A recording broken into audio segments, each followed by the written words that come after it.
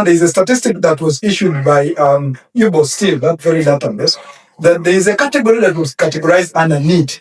That is not in employment or in education or in a training institution.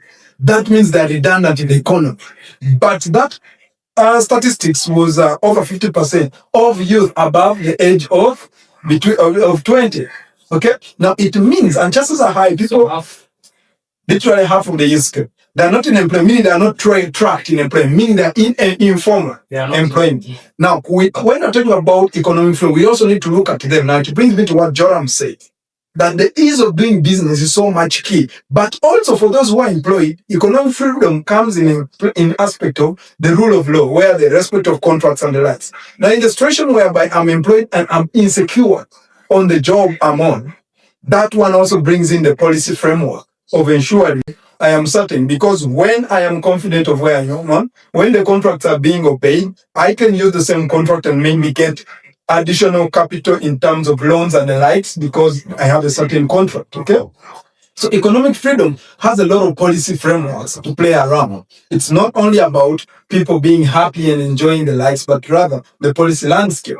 Joram said it earlier on about Uganda's ease of doing business. Because in a situation whereby unemployment is high, the only solution to the high rate of unemployment is the creation of new jobs, right? And the creation of new jobs is by enterprises. And enterprises need a free environment to what?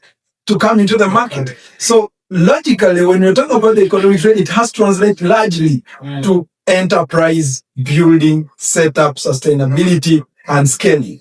Because the government in itself is rigid in nature. Okay? Government is not scalable, but enterprises are scalable. So the only solution to embody and curb this worry of unemployment is to have more of enterprises. And how do we have more of enterprises? Is when we have more of free market policies or free market understanding or operations, that it is easier to create a business, it is easier to expand, it is easier to export, it is easier to import, it is easier to start and grow a business.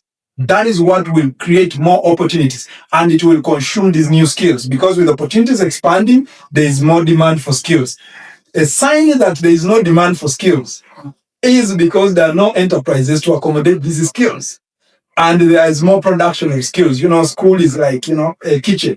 It's cooking every day and producing in the market. But then the market itself, they are suffocating, fraternities that are hindering the market from expanding, to absorb these skills that are coming. That is why, the equation is not balanced, and it brings us into this current worry that you're producing more than the skills that are needed in the market. Not that they're useless. They cannot be accommodated. That is what the data shows. The data does not show that they are irrelevant or they are mismatching skills. No, it shows indeed they are skills. They cannot be consumed, meaning there is no environment to consume them.